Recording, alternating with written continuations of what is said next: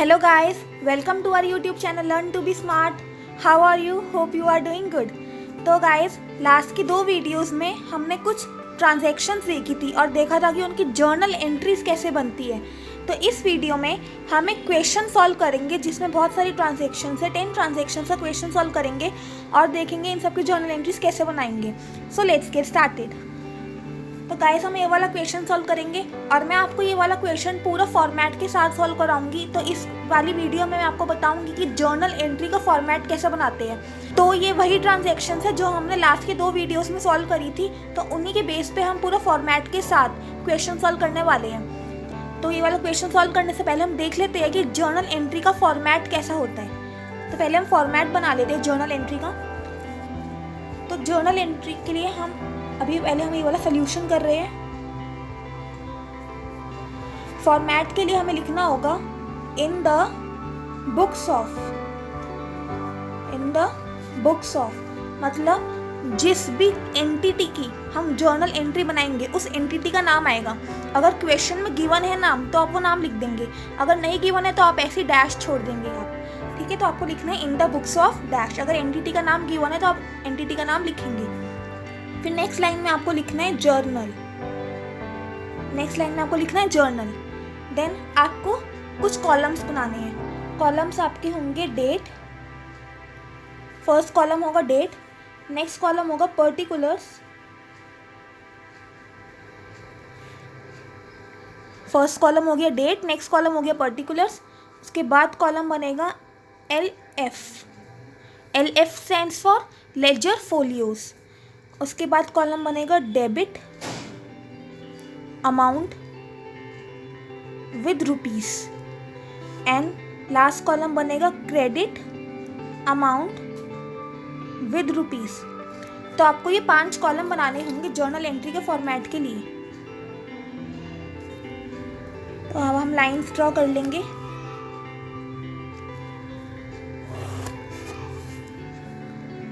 तो आपको 5 कॉलम कौन से बनाने हैं? एक तो date, next particulars, third ledger folios. Ledger folios वाला कॉलम हम जितना छोटा हो सके उतना ही छोटा रखना इसमें, क्योंकि आपको कुछ लिखना नहीं होगा।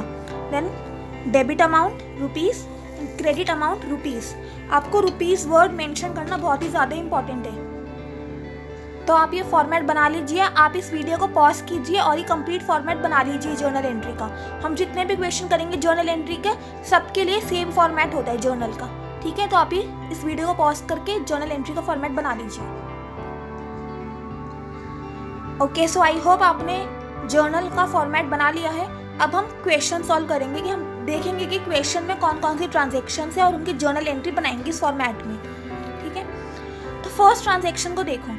फर्स्ट ट्रांजैक्शन में बोल रहे हैं M started business with cash rupees 50,000। M ने बिजनेस स्टार्ट किया विद कैश रुपीज 50,000। अब हमें वैसे ही सब एनालाइज करना है, लॉजिक लगाना है कि इसकी जर्नल एंट्री कैसे बनेगी, जैसे हमने लास्ट की 2 वीडियोस में देखा। अब इस ट्रांजैक्शन का इफेक्ट क्या हुआ होगा? M ने अगर बिजनेस स्टार्ट किया तो 2 इफेक्ट हुआ होगा। एक तो कैश बढ़ गया बिजनेस में और दूसरा कैपिटल इंक्रीज हो गया। ठीक है, तो कैश बढ़ गया बिजनेस में और दूसरा कैपिटल इंक्रीज हो गया। कैश बढ़ा, कैश क्या होता है? एसेट। एसेट इंक्रीज होता है तो होता है डेबिट। और दूसरी बात कैपिटल इंक्रीज हो गया, कैपिटल इंक्रीज होगा तो क्रेडिट। तो एंट्री क्या बन जाएगी इसकी? Cash account debited to capital account. तो देखते हैं जर्नल के फॉर्मेट में इसको कैसे लिखेंगे। अब हमारे पास क्वेश्चन में कुछ डेट्स नहीं गिवन है, लेकिन फिर भी हमें कॉलम डेट का ही बनाना है। अब हम इसमें नंबर डाल देंगे, फर्स्ट नंबर। अब इसकी एंट्री क्या बनेगी? Cash account debit to capital account. Alright, हमें पर्टिकुलर्स वाले कॉलम में लिखना है cash account debited to capital account. Amount क्या था इसमें? 50,000। तो कैश अकाउंट डेबिट है तो इसमें डेबिट साइड पे लिख देंगे 50,000। और कैपिटल अकाउंट क्रेडिट है तो इसमें क्रेडिट साइड पे आ जाएगा 50,000 रुपीज। ये तो बना लिया हमने जर्नल एंट्री, लेकिन सिर्फ जर्नल एंट्री बनाना ही काफ़ी नहीं होता। हमें इस एंट्री की नरेशन लिखनी होती है। नरेशन मतलब नरेशन में ही हम ये बताते हैं कि ये एंट्री क्या कहना चाहती है, ये हमने किस चीज़ की एंट्री बनाई है। तो आपको नरेशन ऐसे लिखना होगा, आपको जैसे आपने एंट्री बना ली, नेक्स्ट लाइन में आपको ब्रैकेट ओपन करना है और लिखना है बीइंग, और बाकी सेंटेंस के लिखना जो क्वेश्चन है। हमारा क्वेश्चन है M started business with cash ₹50,000, तो हमें नरेशन में ये लिखनी है being M started business with cash ₹50,000। Narration लिखनी बहुत सिंपल है, बस आपको बीइंग लिखना है और पूरा क्वेश्चन कॉपी कर देना है। तो being M started business with cash ₹50,000। हमें नरेशन क्यों लिखते हैं? ताकि इसको देख के पता चल जाए कि हमने किस चीज़ की एंट्री बनाई है। अगर हमने कैश टू कैपिटल एंट्री बनाई है तो ऐसी एंट्री क्यों बनाई है ये, तो ये नरेशन देख के पता चल जाएगा कि नरेशन में लिखा है M started business with cash ₹50,000, तो मतलब इसकी एंट्री बनी है। अब जब नरेशन हो जाएगी, हमारी पूरी एक एंट्री खत्म हो गई, तो हमें इसके नीचे लाइन ड्रॉ करनी है। लाइन हमें सिर्फ पर्टिकुलर्स वाले कॉलम में ही ड्रॉ करनी है और किसी कॉलम में नहीं जानी चाहिए लाइन, बस पर्टिकुलर्स वाले कॉलम में हमें लाइन ड्रॉ करनी है। अब हम करेंगे नेक्स्ट ट्रांजैक्शन। तो आपको जर्नल एंट्री फॉर्मेट के साथ बनानी आ गई। सारी ट्रांजैक्शन हम ऐसी फॉर्मेट में रिकॉर्ड करेंगे। नेक्स्ट ट्रांजैक्शन देखो, नेक्स्ट में ये कह रहे हैं purchased goods from B ₹10,000। B से गुड्स खरीदा 10,000 का। अब ना तो कैश वर्ड लिखा है और पार्टी का नाम मेंशन है, तो ये कौन से ट्रांजैक्शन हो गई? क्रेडिट ट्रांजैक्शन हो गई। क्रेडिट में परचेज किया गुड्स बी से, तो एंट्री क्या बन गई है? Purchases account debited to B, because purchase किया तो बिजनेस में गुड्स इंक्रीज हो गए। गुड्स क्या होते हैं? एसेट। एसेट इंक्रीज हुआ तो होता है डेबिट। और दूसरी बात, हमने बी से परचेज किया, क्रेडिट में परचेज किया तो बी हमारा क्रेडिटर है। क्रेडिटर होते हैं लाइबिलिटीज। लाइबिलिटीज इंक्रीज हो जाती है तो हम उसको करते हैं क्रेडिट। अब गुड्स बढ़े वो होगा डेबिट, और बी जो कि लाइबिलिटी बढ़ा वो होगा क्रेडिट। लेकिन हम कभी भी गुड्स के नाम से डेबिट नहीं करेंगे, हम क्या नाम से डेबिट करेंगे? परचेजेस के नाम से। तो हम एंट्री बनाएंगे इसमें purchase account debited to B. हमने गुड्स परचेज करे बी से क्रेडिट में, तो परचेज अकाउंट हो गया डेबिट, बिकॉज गुड्स बढ़ गए, एसेट बढ़ गया, एसेट बढ़ता है तो होता है डेबिट, और टू बी। बी क्यों क्रेडिट हुआ? बिकॉज हमने इससे क्रेडिट में परचेज किया। क्रेडिट में परचेज किया तो हमारे क्रेडिटर बढ़ गए, लाइबिलिटी बढ़ गई, लाइबिलिटी बढ़ते है तो होती है क्रेडिट। अमाउंट इसमें क्या था? 10,000, तो हम लिख देंगे 10,000 and 10,000। All right.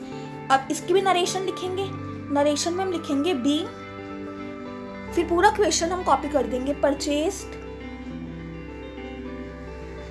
Goods from B ₹10,000।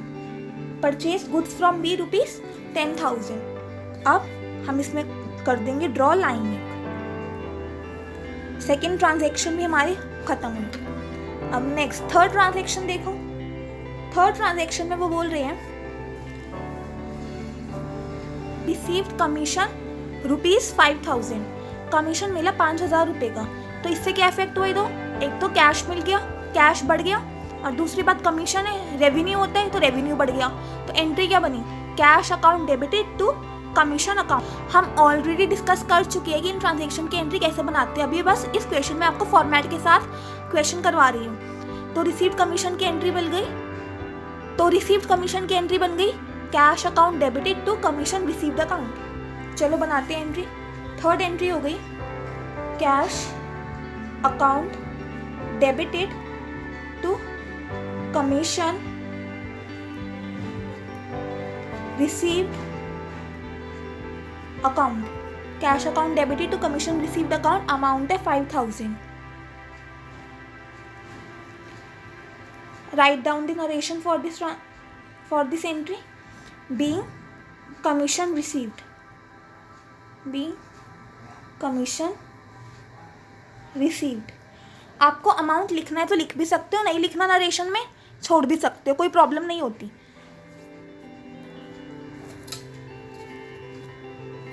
अब फोर्थ एंट्री देखेंगे। फोर्थ ट्रांजैक्शन क्या बोल रहे हैं वो?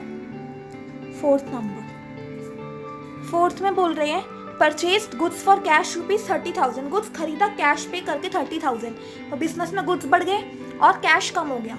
एंट्री क्या बनेगी? Purchases account debited to cash account. अब हम जल्दी जल्दी जा रहे हैं बिकॉज हम ऑलरेडी सब एक्सप्लेन कर चुके हैं। तो एंट्री बन गई purchase account debited to cash account. Amount है हमारे पास 30,000 का, 30,000। नरेशन लिख दो, be goods purchase for cash, being goods purchased for cash।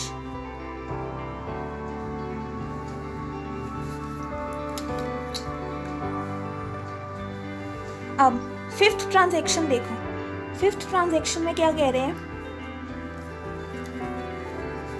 Fifth transaction में बोल रहे हैं सोल्ड गुड्स फॉर कैश ₹10,000, हमने गुड्स बेच दिए, कैश हमें मिल गया 10,000। तो एंट्री बन गई cash account debited because cash बढ़ गया। और दूसरी बात, गुड्स बेचे, गुड्स बेचने को क्या बोलते हैं? Sales. So cash account debited to sales account 10,000,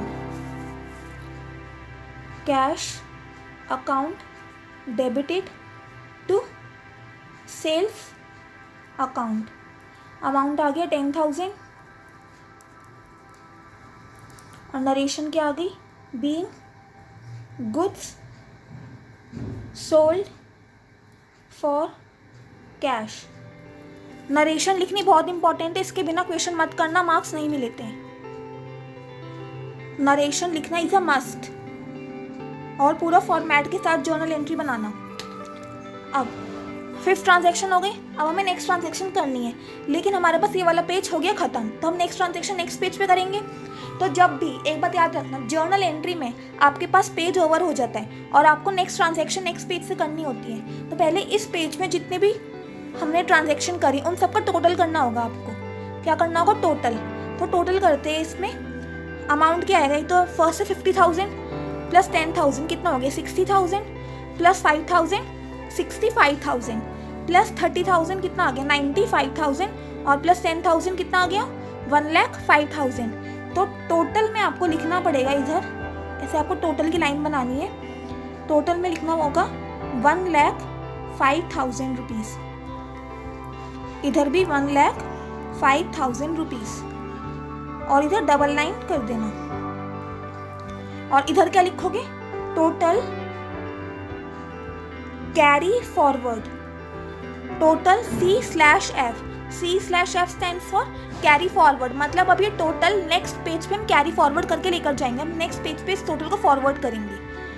तो हम नेक्स्ट पेज पे हम देखते हैं, नेक्स्ट पेज पे भी पहले हमें जर्नल का सेम फॉर्मेट बनाना होगा। तो मैंने ये फॉर्मेट बना लिया है, तो आप भी फॉर्मेट बना लो जल्दी से नेक्स्ट पेज पे जर्नल का। सो ये भी फॉर्मेट सेम ही होगा, in the books of dash journal and date particulars LF debit amount credit amount.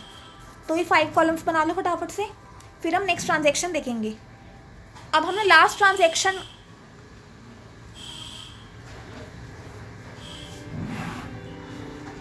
अब लास्ट पेज पे 5 ट्रांजैक्शन हुई थी, तो 5 ट्रांजैक्शन के बाद हमारे पास पेज ओवर हो गया था, तो हमने उधर कर दिया total carry forward.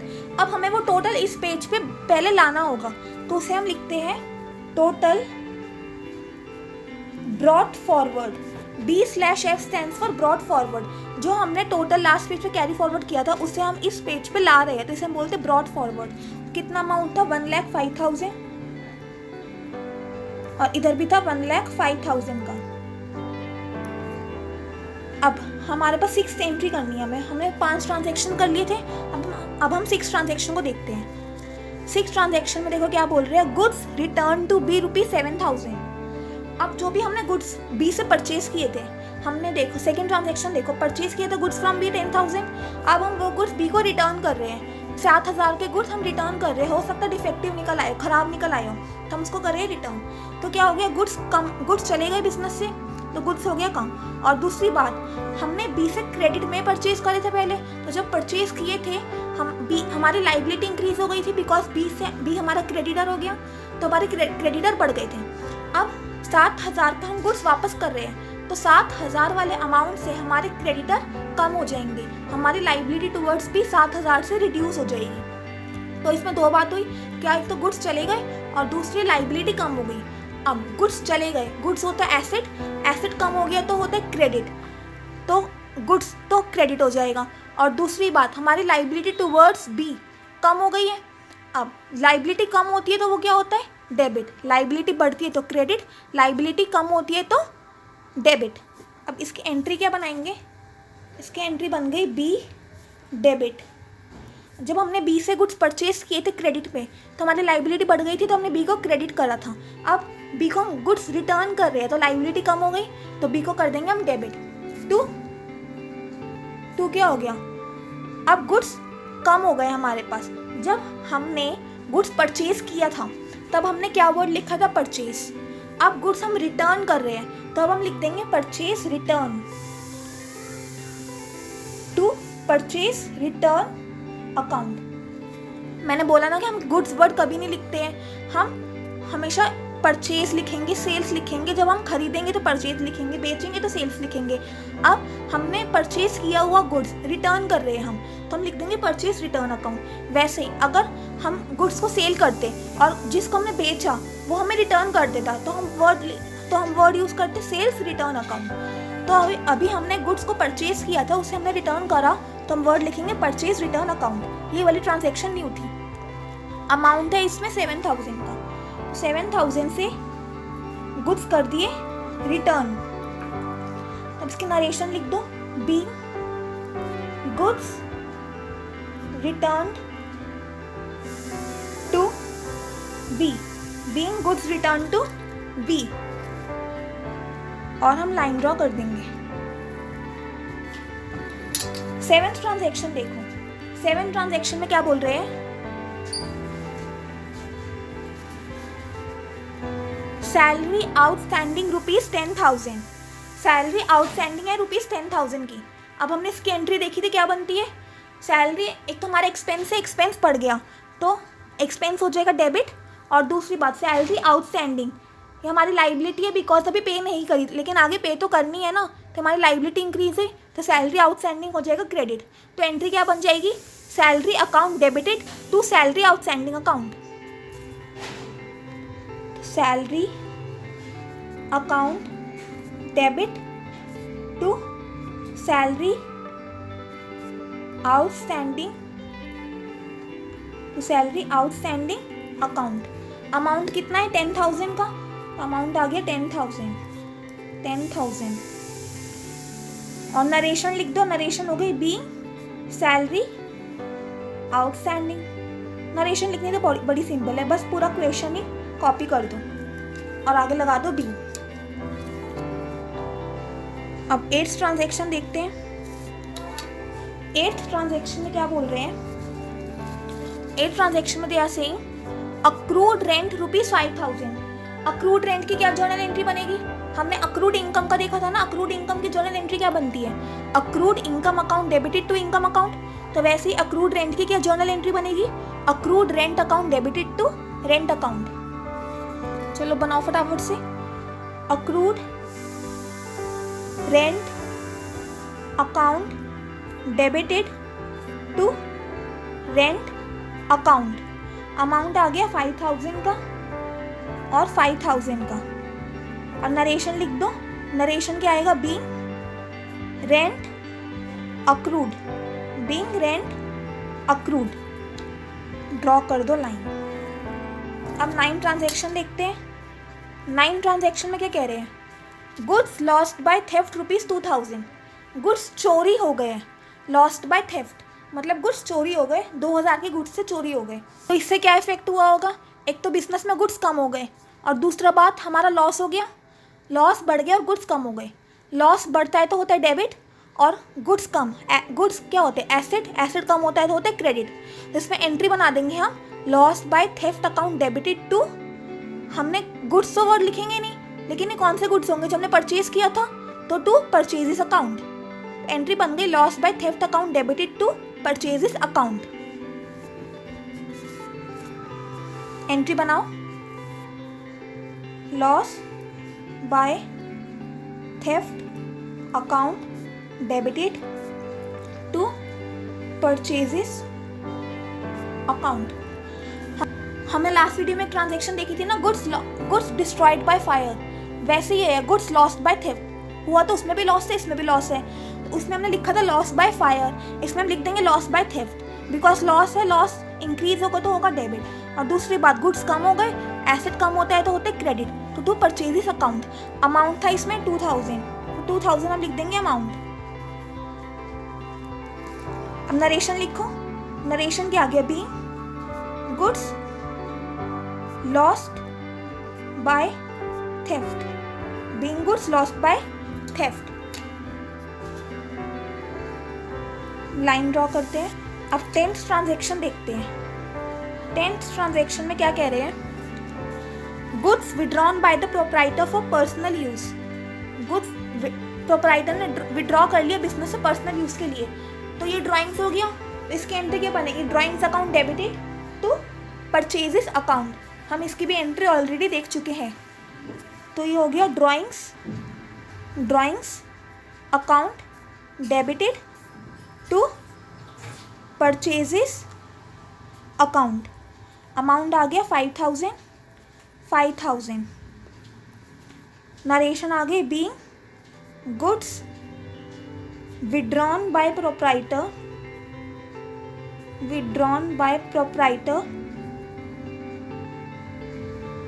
for personal use,